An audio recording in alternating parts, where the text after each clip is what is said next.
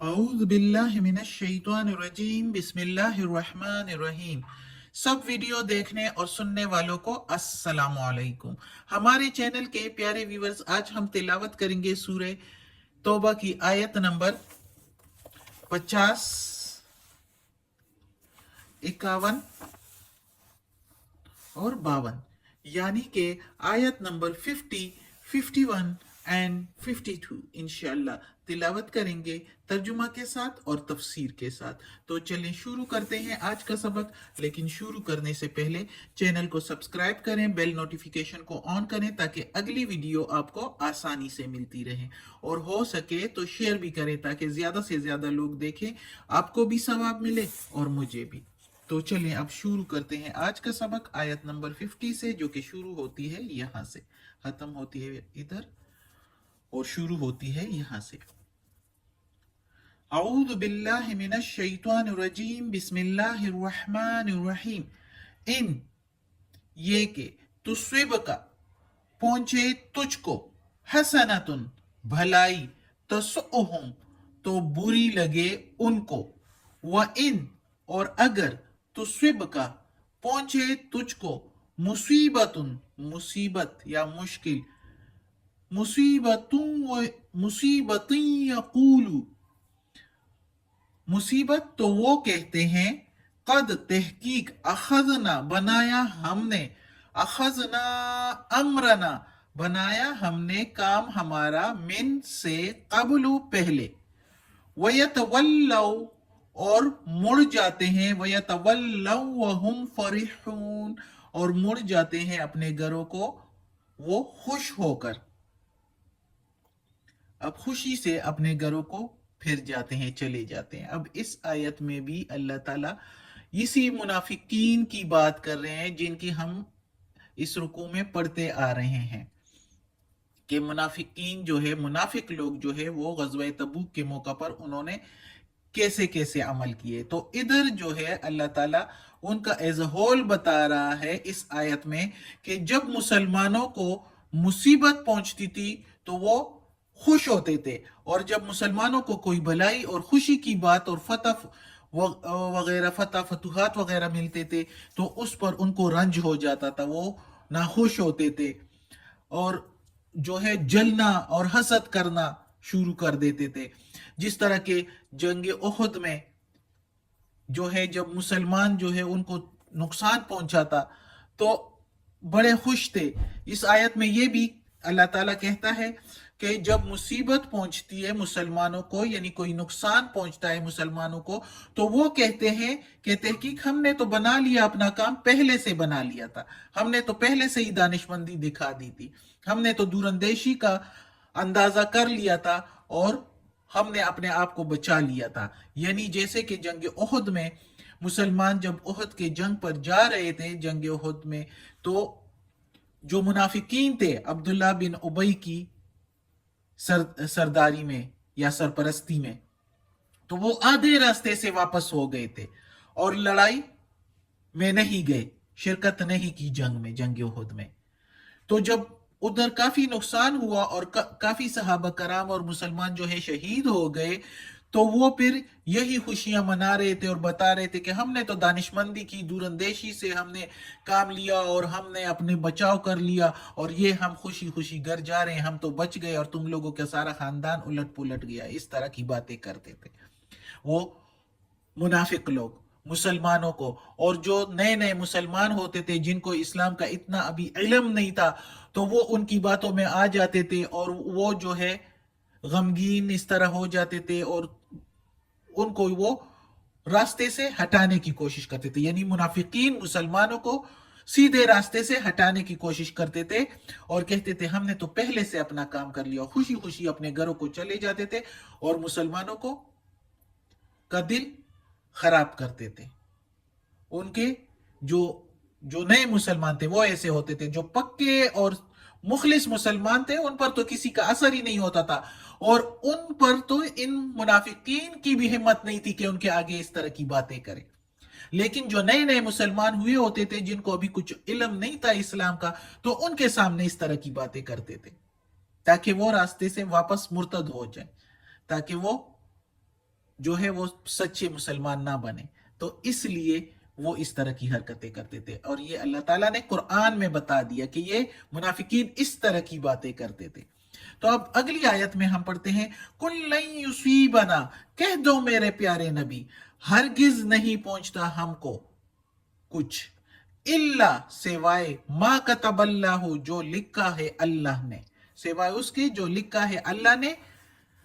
लना हमारे लिए, हुआ मौलाना, वही है मौला हमारा, कारसाज हमारा, व अलल्लाह, और ऊपर अल्लाह के, फलियतवक्कलिल, चाहिए कि भरोसा करे, फलियतवक्कलिल मुमिनून, और चाहिए भरोसा करे मोमिन अल्लाह के ऊपर, यानी मोमिनों को अल्लाह पर भरोसा करना चाहिए। तो अल्लाह ताला ने कहा मोहम्मद सल्लल्लाहु अलैहि वसल्लम को वही भेज दी कि ये मुनाफिकीन तो हमेशा इसी तरह करते रहेंगे, आप लोगों को जब भी नुकसान पहुंचेगा तो ये उस पर खुश होंगे। तो मेरे प्यारे नबी, इनसे कह दो कि हमें कोई तकलीफ, कोई खुशी, कोई भी चीज उस वक्त तक नहीं पहुंच सकती जो जब तक अल्लाह ने ना लिखी हो हमारे लिए, और जो अल्लाह ने लिखा हो हमारे लिए तो वो हो ही नहीं सकता कि वो हमें ना पहुंचे, चाहे कुछ भी हो। यानी वो चाहे हमारे लिए है, चाहे मुनाफिकों के लिए है, चाहे काफिरों के लिए है, तो अल्लाह जो लिखता है तो वो होकर ही रहता है।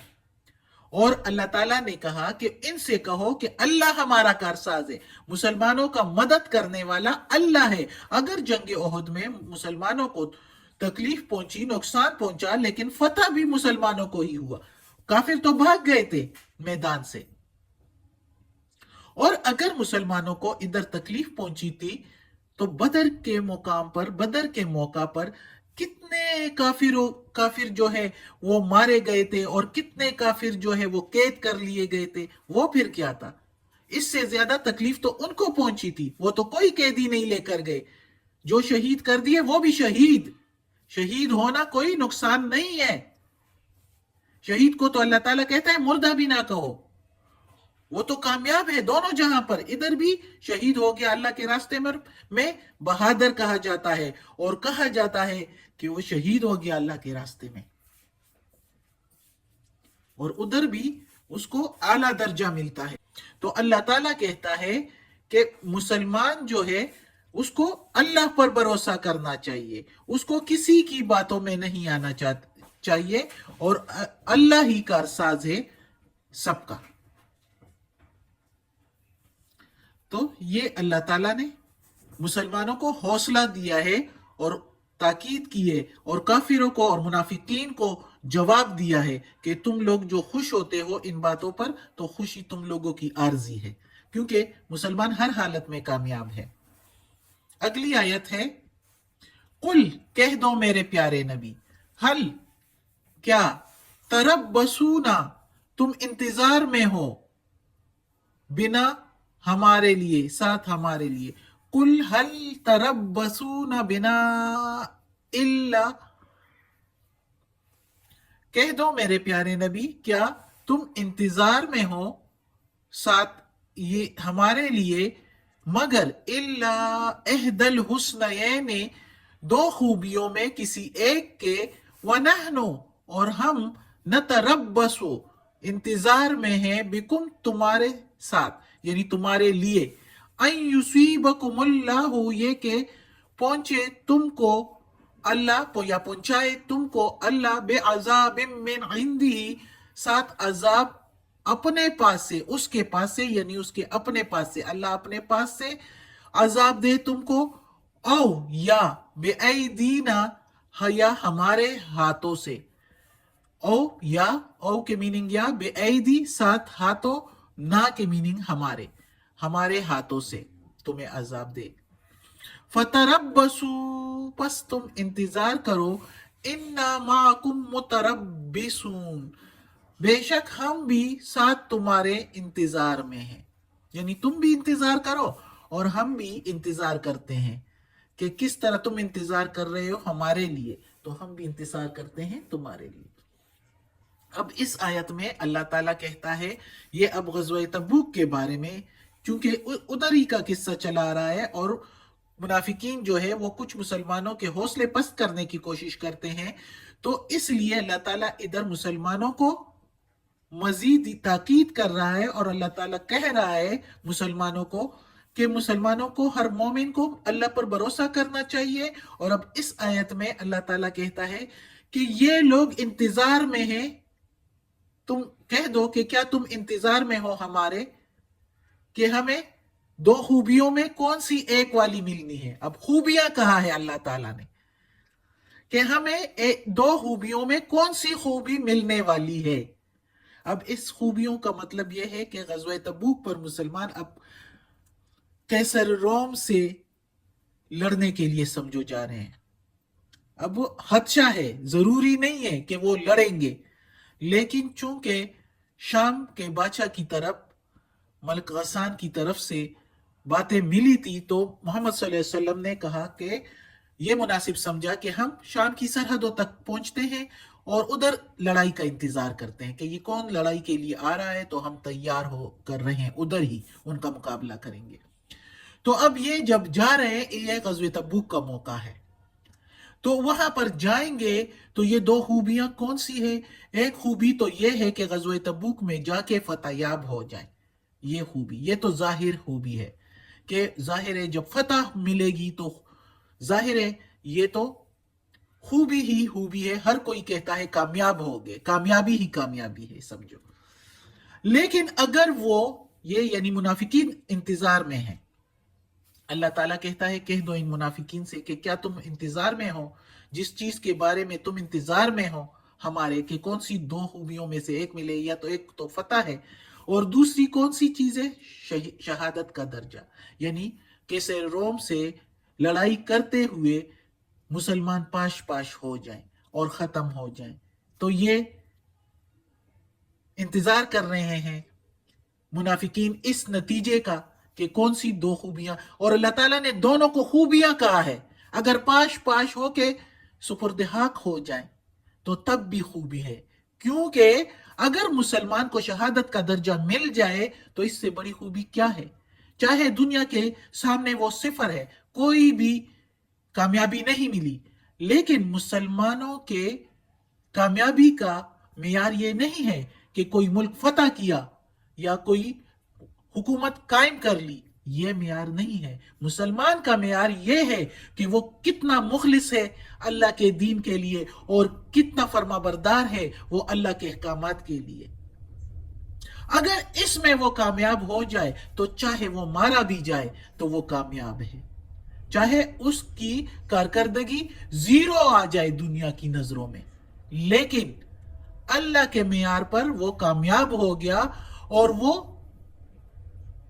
آخرت میں اس کو شہادت کا درجہ، وہ جنت میں چلا جاتا ہے۔ دنیا میں ہمیں بھیجا ہی اس لیے ہے کہ ہم جنت حاصل کر لیں،